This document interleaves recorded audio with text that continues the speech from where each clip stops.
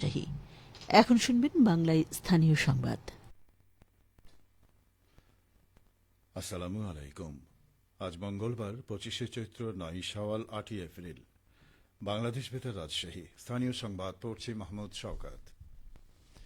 নাটোরের বড়াইগ্রাম থেকে প্রথমবারের মতো সরকারিভাবে সম্পূর্ণ বিনা খরচে জর্ডান যাওয়ার সুযোগ পেয়েছেন 17 জন নারী।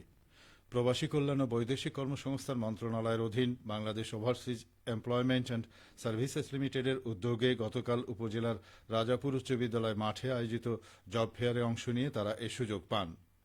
পরে সরকারি খরচে বিদেশ যেতে ইচ্ছুক নারীদের নিয়ে দিনব্যাপী অবহিতকরণ কর্মশালা অনুষ্ঠিত হয়। কর্মশালায় উপজেলা নির্বাহী অফিসার লায়লা জান্নাতুল ফেরদৌসের সভাপতিত্বে প্রধান অতিথি হিসেবে বক্তব্য রাখেন ওভারসিজ এমপ্লয়মেন্ট অ্যান্ড সার্ভিসেস লিমিটেডের ভারপ্রাপ্ত ব্যবস্থাপনা পরিচালক মোহাম্মদ শওকত আলী। এ সময় বক্তারা বলেন, যোগ্যতা সম্পন্ন নারীরা সারা বছর ধরেই সম্পূর্ণ সরকারি খরচে বিদেশে যেতে পারবেন। এজন্য ঢাকায় দুটি প্রতিষ্ঠান রয়েছে। তারা দালালের হয়রানি ও কোনো প্রকার প্রতারণা ছাড়াই সম্পূর্ণ বিনা খরচে বিদেশে গিয়ে রেমিটেন্স যোদ্ধা হিসেবে দেশের ও নিজের উন্নতি করতে পারবেন। নাটোর জেলায় বিগত বছর অভিযান পরিচালনা করে 11 কোটি টাকার সম্পদ রক্ষা করেছে ফায়ার সার্ভিস স্টেশনের কর্মীরা। 7টি ফায়ার সার্ভিস ও সিভিল ডিফেন্স স্টেশনের কর্মীরা অগ্নিকাণ্ডের ঘটনায় 448টি উদ্ধার অভিযান পরিচালনা করে। Natore fire service and civil defence station সূত্রে জানা যায়, 2024 সালে জেলায় 448টি অগ্নিকাণ্ডের ঘটনায় বিনষ্ট হয় 4,46,68,000 টাকার সম্পদ। তবে রক্ষা পেয়েছে 10,99,35,000 টাকার সম্পদ। নাটোর ফায়ার সার্ভিস ও সিভিল ডিফেন্স স্টেশনের উপসহকারী পরিচালক মোহাম্মদ আক্তার হামিদ খান বলেন, জেলার 7টি ফায়ার সার্ভিস ও সিভিল ডিফেন্স স্টেশনে 132 জন কর্মী নিয়োজিত রয়েছেন। তথ্য জানার সাথে সাথে দুর্ঘটনাস্থলে রওনা হওয়ার জন্য এই বাহিনীর সদস্যরা সদা প্রস্তুত থাকেন। বগুড়ার আদমদিঘিতে এসএসসি সমমান পরীক্ষা এবং বাংলা নববর্ষ উদযাপনে প্রস্তুতিমূলক সভা অনুষ্ঠিত হয়েছে। গতকাল উপজেলা পরিষদ সভাকক্ষে উপজেলা নির্বাহী কর্মকর্তা রুমানা আফরোজের সভাপতিত্বে অনুষ্ঠিত সভায় বক্তব্য রাখেন সহকারী কমিশনার ভূমি মাহমুদা সুলতানা, থানার ভারপ্রাপ্ত কর্মকর্তা এস.এম. মোস্তাফিজুর রহমান, উপজেলা মাধ্যমিক শিক্ষা অফিসার আব্দুর রউফ, উপজেলা প্রাথমিক শিক্ষা অফিসার আব্দুর রহিম প্রধান প্রমুখ। প্রস্তুতি সভায় বাংলা নববর্ষ 1432 উদযাপন উপলক্ষে মঙ্গল শোভাযাত্রা, সাংস্কৃতিক অনুষ্ঠান, লোকজ খেলাধুলা, সকল শিক্ষা প্রতিষ্ঠানে নববর্ষ উদযাপন, হাসপাতালে ভালো খাবার পরিবেশন, দর্শনীয় স্থানে শিশুদের জন্য বিনা টিকিটে প্রবেশ, হোটেল রেস্টুরেন্টে বাঙালি খাবার পরিবেশন বিষয়ে সিদ্ধান্ত গৃহীত হয়। একই সাথে এসএসসি সমমান পরীক্ষা নিয়ে গুরুত্বপূর্ণ আলোচনা করা হয়।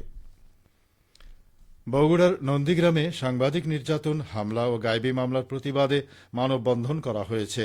গতকাল বিকেলে থানা রোডে নন্দীগ্রাম উপজেলা প্রেস ক্লাবের সামনে মানববন্ধন কর্মসূচি পালন করেন স্থানীয় সাংবাদিকরা। এ সময় বক্তারা বলেন, পরিকল্পিত হামলায় জড়িতদের আইনের আওতায় এনে দৃষ্টান্তমূলক শাস্তি নিশ্চিত করতে হবে। বগুড়া সহ সারা দেশে সাংবাদিক নির্যাতন প্রতিরোধে সবাইকে সোচ্চার থাকতে হবে। অবিলম্বে ষড়যন্ত্রমূলক গায়েবী মামলা প্রত্যাহার করতে হবে। এদিকে একই দাবিতে বগুড়ার শাহজাহানপুর উপজেলায় সাংবাদিক কল্যাণ সংস্থার আয়োজনে মানববন্ধনের আয়োজন করা হয়। এতে সংস্থার সভাপতি আবুল কালাম আজাদ সভাপতিত্ব করেন। এ সময় সাংবাদিক কল্যাণ সংস্থার সাধারণ সম্পাদক মঞ্জুরুল ইসলাম রিপন, নির্বাহী সদস্য হুমায়ুন কবির হিমু সহ স্থানীয় গণমাধ্যম কর্মীরা উপস্থিত ছিলেন। এর আগে গত 6 এপ্রিল বগুড়া শহরে দুই সাংবাদিক খোরশেদ আলম ও আসাফুদ্দৌলা নিয়নের উপর সন্ত্রাসী হামলা হয়। এ ঘটনায় পুলিশ 6 জনকে গ্রেপ্তার করে। গাজা এবং রাফায় ইসরায়েলের বর্বরোচিত গণহত্যার নিন্দা ও প্রতিবাদ জানিয়েছে সবার আগে বাংলাদেশ ফাউন্ডেশন।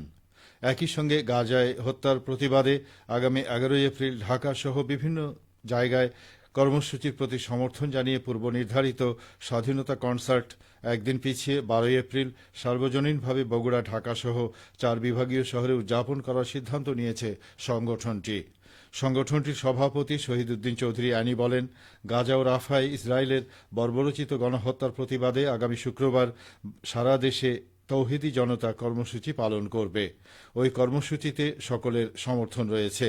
তাই পূর্ব নির্ধারিত তারিখ পরিবর্তন করে 12 এপ্রিল স্বাধীনতার কনসার্ট অনুষ্ঠিত হবে। খেলার খবর ফুটবল। নওগাঁর ধামইরহাটে শহীদ প্রেসিডেন্ট জিয়াউর রহমানের স্মরণে আন্তঃজেলা ফুটবল টুর্নামেন্ট শুরু হয়েছে। গতকাল বিকেলে উপজেলার মঙ্গলবাড়ি ফুটবল মাঠে টুর্নামেন্টের উদ্বোধন করেন জেলা মহিলা দলের ভারপ্রাপ্ত সভাপতি শামিনা পারভিন পলি। টুর্নামেন্টে মোট 8টি দল অংশগ্রহণ করছে। উদ্বোধনী ম্যাচে গাইবান্ধা ও দিনাজপুর জেলা ফুটবল দল অংশ নেয়। উদ্বোধনী অনুষ্ঠানে বিএনপির কেন্দ্রীয় কমিটির কৃষি বিষয়ক সম্পাদক ও নওগাঁ 2 আসনের সাবেক সংসদ সদস্য মোহাম্মদ শামসুজ্জোহা খান, ক্রীড়া সংগঠক আলহাজ মোহাম্মদ হানজালা ও অন্যান্যরা উপস্থিত ছিলেন। অনুষ্ঠানে সভাপতিত্ব করেন জাহানপুর ইউনিয়ন বিএনপির আহ্বায়ক তরিকুল ইসলাম রাঙ্গা। সবশেষে আবহাওয়া। আজ সকাল 6টায় রাজশাহীতে তাপমাত্রা ছিল 23.4 ডিগ্রি সেলসিয়াস। এ সময় বাতাসে আর্দ্রতার পরিমাণ ছিল 94%। রাজশাহী ও পার্শ্ববর্তী এলাকায় আজ সূর্যোদয় হয়েছে ভোর 5টা 50 এবং সূর্যাস্ত সন্ধে 6টা 24। সংবাদ শেষ হল। আমাদের পরবর্তী স্থানীয় সংবাদ দুপুর 12টা 10।